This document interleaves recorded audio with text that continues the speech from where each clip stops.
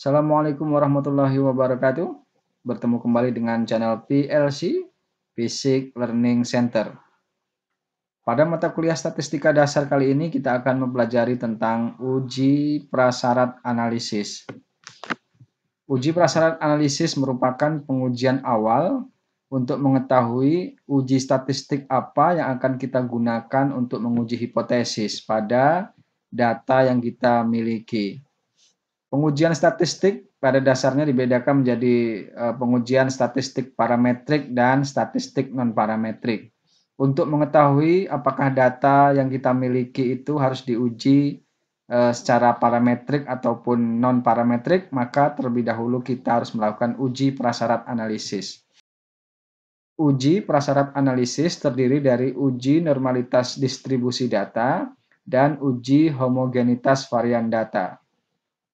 Uji normalitas distribusi data ini merupakan pengujian utama yang harus kita lakukan untuk mengetahui uji statistik apa yang selanjutnya akan kita gunakan. Sementara uji homogenitas varian data ini tidak seluruh pengujian membutuhkan syarat ini, hanya beberapa dari pengujian. Misalnya uji beda rata. Pada uji perbedaan dua rata, setelah data diketahui berdistribusi normal, maka selanjutnya harus diketahui bagaimana homogenitas varian data. Kalau variannya homogen, maka ada prosedur tertentu yang harus ditempuh, dan apabila variannya tidak homogen, maka ada juga prosedur yang harus ditempuh dalam melakukan pengujian perbedaan dua rata. Namun, hal yang paling penting dalam uji prasyarat analisis yang harus dilakukan adalah uji normalitas distribusi data.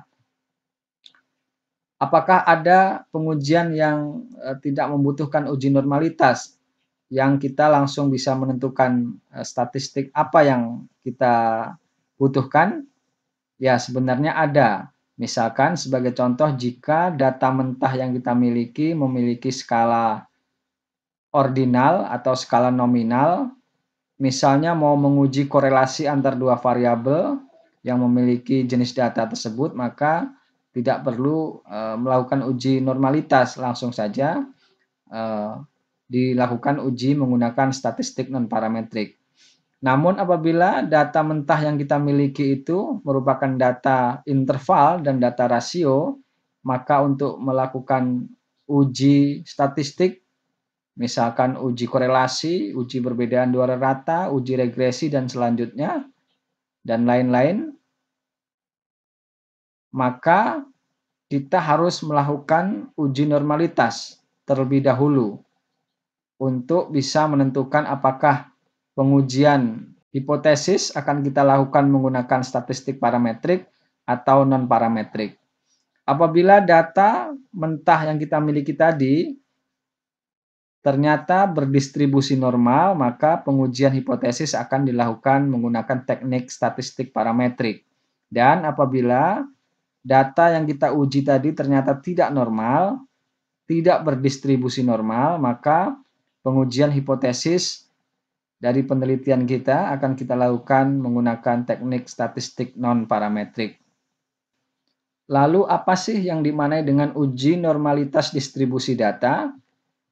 Uji normalitas merupakan pengujian untuk mengetahui apakah sebaran data pada sebuah kelompok data berdistribusi normal atau tidak. Ini berarti untuk mengetahui apakah data yang kita peroleh tersebut berasal dari populasi yang berdistribusi normal atau tidak.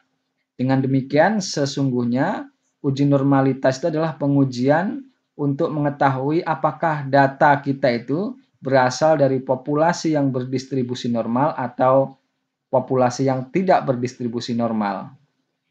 Sebagai contoh misalnya, ada skor tes mata kuliah fisika dasar dari 30 mahasiswa, misalkan seperti ini.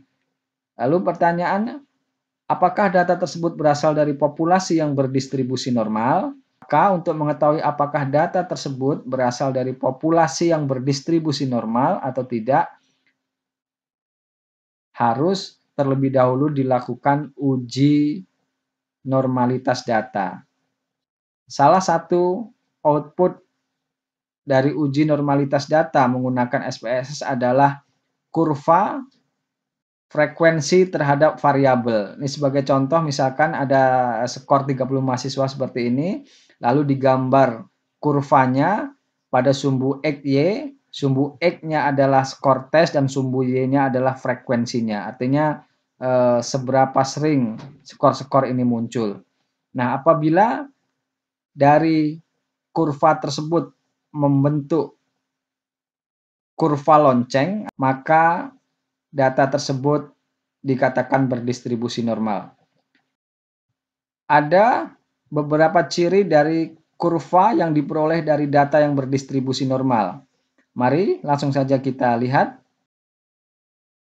Rekan-rekan, ini merupakan ciri dari kurva yang berasal dari data berdistribusi normal. Ciri yang pertama, bentuk kurva menyerupai lonceng atau genta. Nah, di sebelah kanan ini ada 3 buah kurva. Kurva yang berasal dari data berdistribusi normal adalah kurva yang berada di tengah-tengah ini, yang ditunjukkan oleh garis putus-putus. Coba mari kita lihat kurva yang ditunjukkan oleh garis putus-putus ini menyerupai lonceng ya, atau menyerupai genta. Seperti ini. Simetri. Ciri kedua, merupakan suatu poligon dengan ordinat atau sumbu tegak, merupakan frekuensi, dan absisnya atau sumbu alasnya memuat nilai variabel.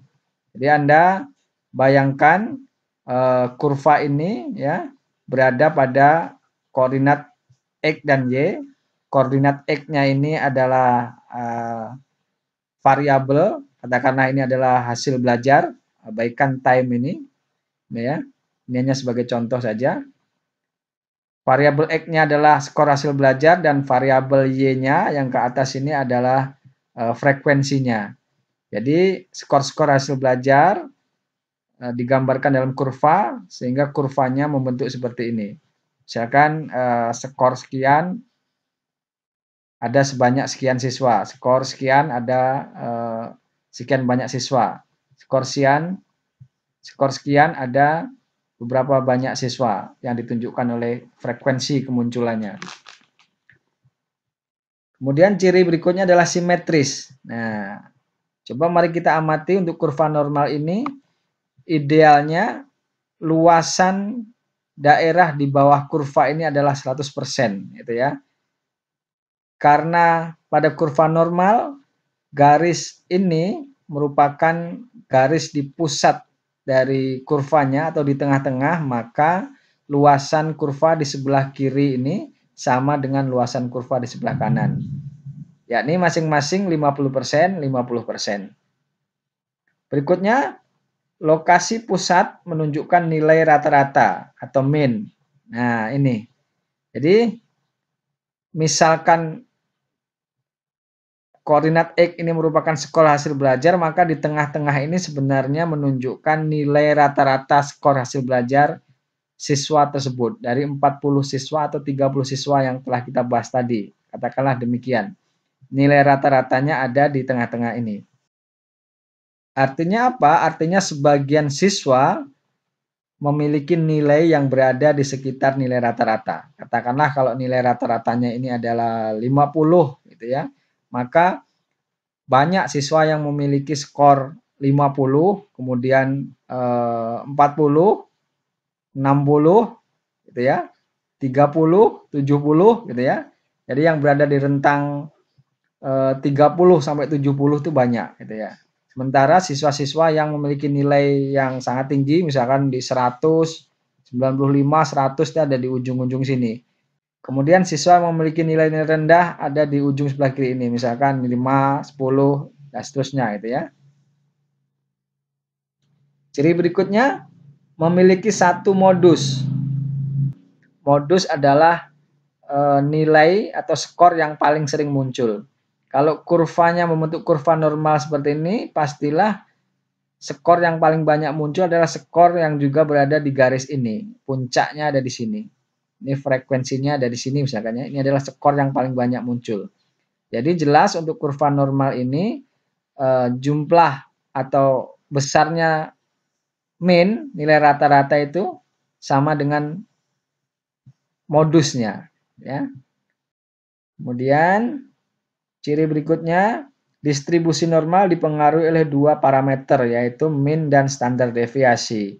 Mean menentukan lokasi pusat statistik dan standar deviasi menentukan lebar dari kurva normal. Jadi mean ini menunjukkan pusat dari kurva ini dan standar deviasi menentukan dari lebar kurva ini. Sementara itu, pada kurva yang berwarna biru dan hijau ini merupakan kurva yang berasal dari data yang tidak berdistribusi normal. Jadi terdapat kemiringan ya. Pada warna hijau ini kurvanya miring ke kiri dan pada kurva warna biru ini kurvanya miring ke kanan. Kurva yang miring seperti ini dinamakan memiliki sweetness, memiliki kemiringan. Untuk kurva yang memiring ke kanan disebut sebagai positive sweetness. Sweetness positif. Dan yang berwarna biru ini miring ke kiri, landai ke kiri. Ini disebut sebagai negative sweetness. Seperti ini. Lihat. Untuk kurva yang miring ke kanan, tentu saja nilai mean berbeda dengan nilai modusnya dan nilai mediannya. Kalau pada kurva normal tadi nilai mean sama dengan mediannya, sama dengan modusnya, maka untuk kurva negatif sweetness ini modusnya ada di sini. Di titik tertinggi ini modusnya. Kemudian mediannya, tengah-tengahnya, nilai tengah ada di sekitar sini dan mean-nya ada di sini. Jadi untuk kurva negatif sweetness nilai modusnya lebih besar daripada nilai mediannya dan nilai mediannya lebih besar daripada nilai mean-nya. Sebaliknya untuk kurva positif sweetness ini modusnya ada di sini, mediannya ada di sekitar sini, mean-nya ada di sini. Sehingga modusnya ini lebih kecil daripada mediannya dan mediannya lebih kecil daripada mean-nya. Nah, ini contoh dari kurva negatif sweetness yang miring ke kiri. Jadi nilai modusnya ada di sini, mediannya ada di sini, mean-nya ada di sini. Dengan demikian modusnya lebih besar daripada mediannya dan mediannya lebih besar daripada mean-nya. Dan untuk kurva positif sweetness yang miring ke kanan, kita lihat modusnya ada di sini, mediannya ada di sini, mean-nya ada di sini. Sehingga pada kurva ini mean-nya lebih besar daripada mediannya dan mediannya lebih besar daripada modusnya. Rekan-rekan, metode klasik dalam pengujian normalitas suatu data sebenarnya tidak begitu rumit. Namun prosedurnya cukup panjang dan butuh ketelitian. Nah, ada beberapa uji normalitas distribusi data yang biasa digunakan oleh peneliti. Yang pertama ada uji chi-square atau chi-kuadrat. Syaratnya untuk melakukan uji ini adalah pertama data tersusun berkelompok atau sudah dikelompokkan dalam tabel distribusi frekuensi. Jadi bukan merupakan data mentah, tapi data yang sudah ditampilkan dalam tabel distribusi frekuensi. Kemudian pengujian ini cocok untuk data dengan N besar, yaitu sampel atau data yang lebih dari 30. Gitu ya. Contoh dari pengujian uji chi-square secara konvensional, secara klasik itu bisa dilihat di link ini. Anda bisa dapatkan di bagian deskripsi video ini.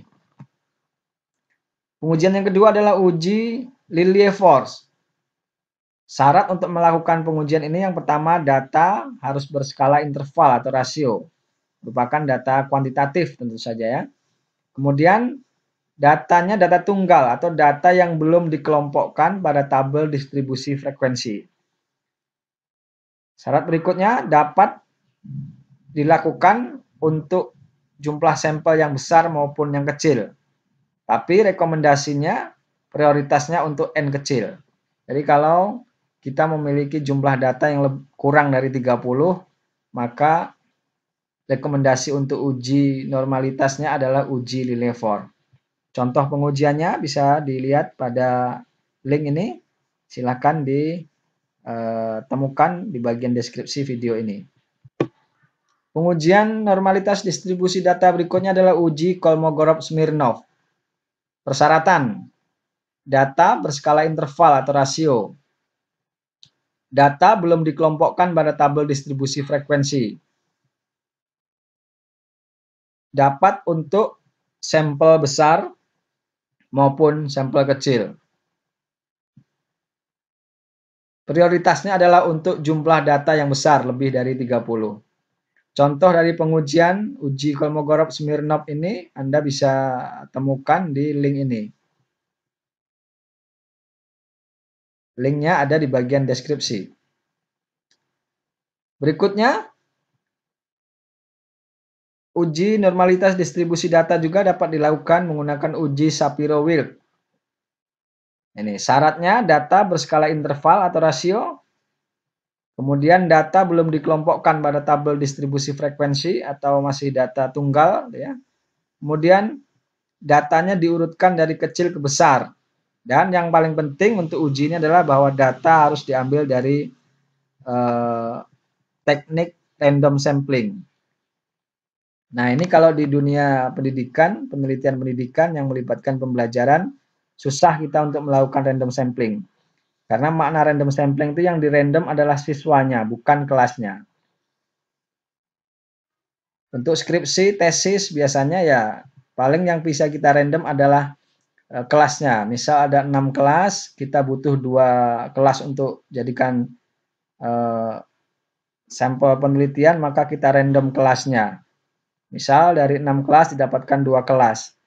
Maka itu sebenarnya bukan teknik random sampling. Karena yang di random bukan siswanya, hanya kelasnya. Nah, teknik random sampling yang sebenarnya adalah yang di random adalah siswanya.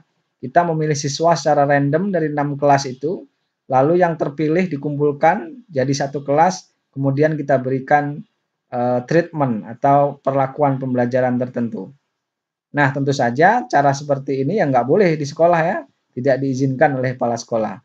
Sehingga untuk penelitian pembelajaran susah sekali untuk melakukan teknik random sampling. Sehingga sebenarnya atau sejatinya pengujian normalitas distribusi data menggunakan uji Shapiro-Wilk ini ya jarang digunakan untuk kasus-kasus yang seperti dijelaskan tadi.